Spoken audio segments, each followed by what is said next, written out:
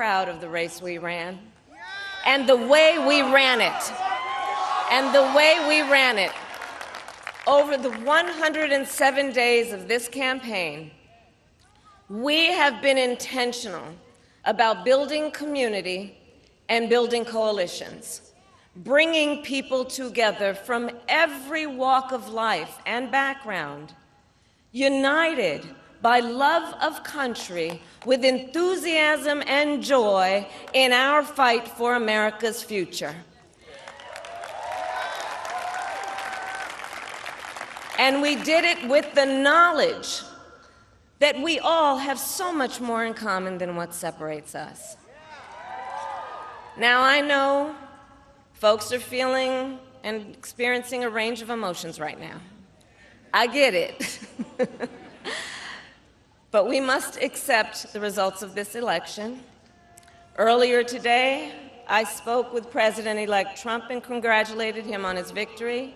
I also told him that we will help him and his team with their transition, and that we will engage in a peaceful transfer of power.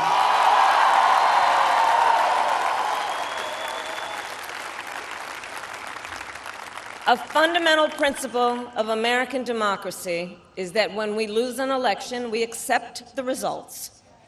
That principle, as much as any other, distinguishes democracy from monarchy or tyranny.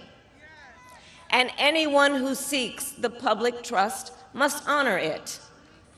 At the same time, in our nation, we owe loyalty not to a president or a party, but to the Constitution of the United States.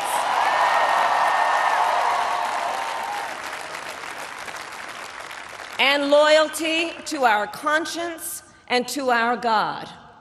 My allegiance to all three is why I am here to say, while I concede this election, I do not concede the fight that fueled this campaign.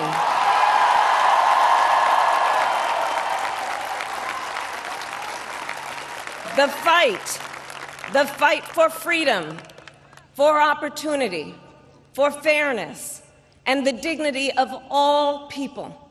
A fight for the ideals at the heart of our nation, the ideals that reflect America at our best. That is a fight I will never give up.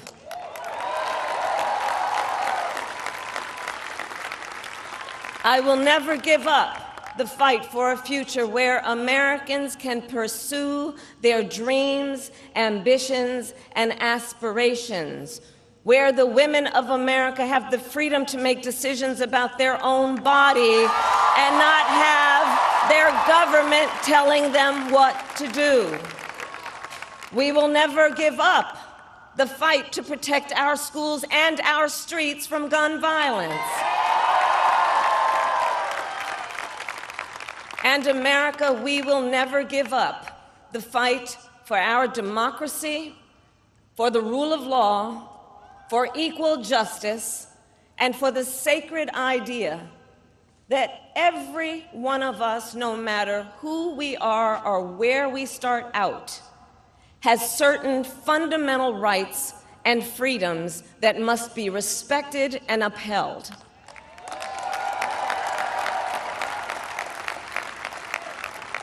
And we will continue to wage this fight in the voting booth, in the courts, and in the public square. And we will also wage it in quieter ways, in how we live our lives, by treating one another with kindness and respect, by looking in the face of a stranger and seeing a neighbor, by always using our strength to lift people up, to fight for the dignity that all people deserve. The fight for our freedom will take hard work, but like I always say, we like hard work. Hard work is good work. Hard work can be joyful work. And the fight for our country is always worth it. It is always worth it.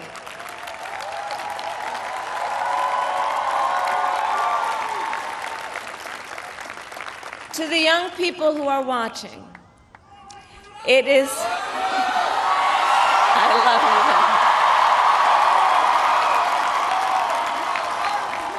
you. To the young people who are watching, it is okay to feel sad and disappointed, but please know it's going to be okay. On the campaign, I would often say, when we fight, we win.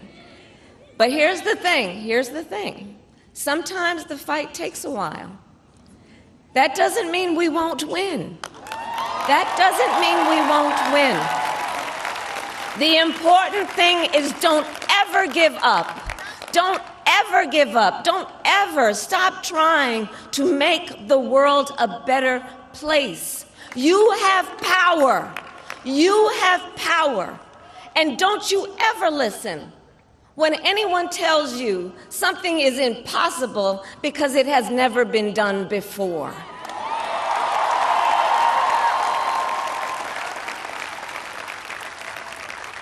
You have the capacity to do extraordinary good in the world. And so to everyone who is watching, do not despair. This is not a time to throw up our hands. This is a time to roll up our sleeves.